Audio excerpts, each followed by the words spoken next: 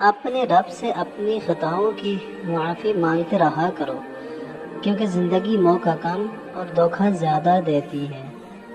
بار بار ہاتھ تو دھو رہے ہو، کبھی دل بھی دھو لیا کرو، نفرتیں بھی تو بیماری کی طرف پھیل رہی ہیں۔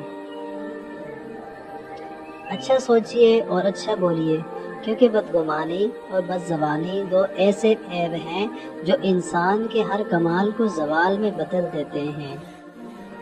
اگر تم عظمت کی بلندیوں کو چھونا چاہتے ہو تو اپنے دل میں انسانیت کے لیے نفرت کے بجائے محبت آباد کرو۔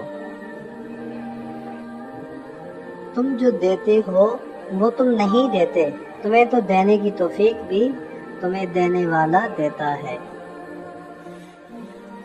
حضرت علی رضی اللہ تعالیٰ عنہ نے فرمایا، لوگوں کے عیبوں سے اس طرح غافل ہو جاؤ جیسے سوتے وقت تم دنیا سے غافل ہو جاتے ہو۔ حضرت علی رضی اللہ تعالیٰ عنہ نے فرمایا، جو ذات رات کو درختوں پر بیٹھے پرندوں کو نیند میں گرنے نہیں دیتی، وہ ذات انسان کو کیسے بے یار و مددگار چھوڑ سکتی ہے۔ لوگوں کی سازشیں آپ کا کچھ نہیں بگاڑ سکتی۔ قرآن کہتا ہے، تمہارا رب بہترین چال چلنے والا ہے۔